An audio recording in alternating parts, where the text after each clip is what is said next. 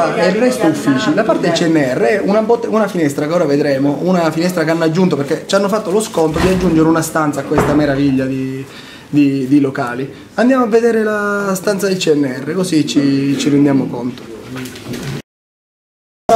Di accesso da qua si accende la stanza del CNR, però è chiusa perché siccome c'è il soffitto mezzo caduto, siccome c'è paura dell'ineleggibilità, noi però con soldi pubblici il CNR ha dichiarato che ristrutturerà questa stanza, quindi noi non solo paghiamo un affitto che è del tutto fuori mercato, ma peraltro con soldi pubblici ristruttureremo un immobile di un privato anziché ristrutturare tanto patrimonio inutilizzato del comune.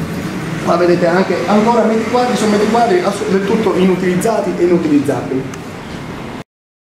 Che ripeto, con soldi pubblici dovrebbe ristrutturare. Quindi con soldi pubblici noi ristrutturiamo, come troppo spesso è successo a Catania, immobili di privati.